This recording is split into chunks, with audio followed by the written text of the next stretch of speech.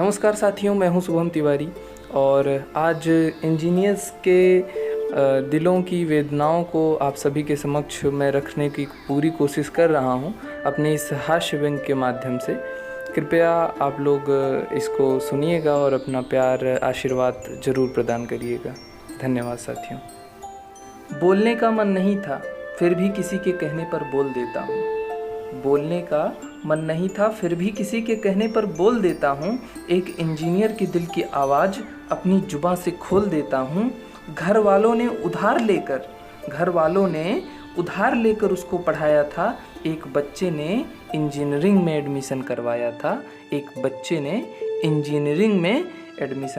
था। अब सुनिए उसकी बात उसी की जुबानी। मैं कहूँगा तो लगेगा सुना रहा हूँ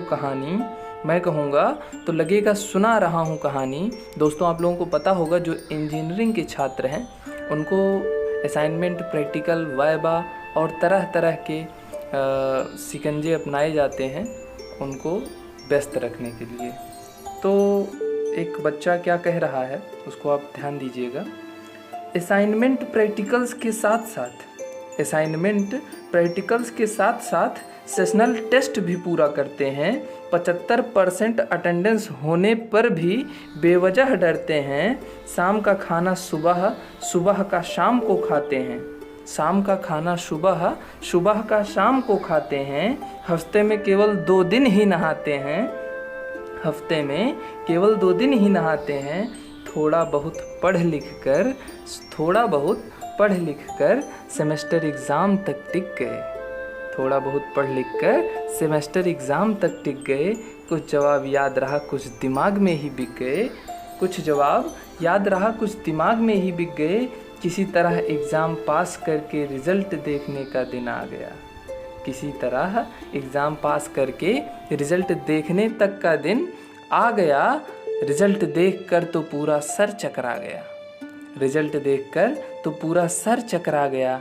अरे ये क्या सेशनल इतना कम कैसे मिल गया है भाई? टीचर्स ने साल भर उल्लू बनाकर क्या यही रहम दिखाई?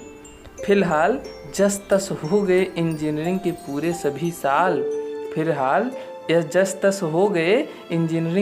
सभी साल। अब मचने वाला था मेन बवाल। अब घर से मिलने लगे थे चार बात।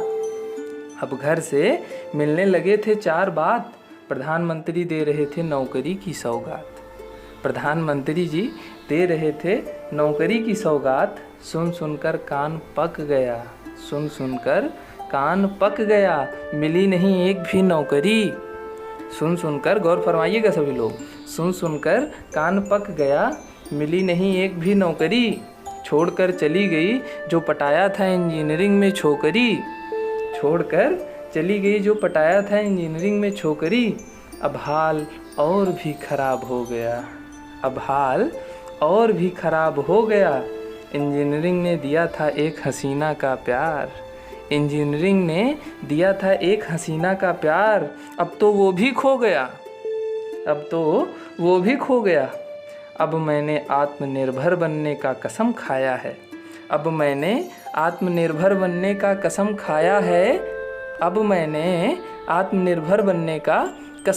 है। अभी परसों ही अपने इंजीनियरिंग कॉलेज के सामने ठेला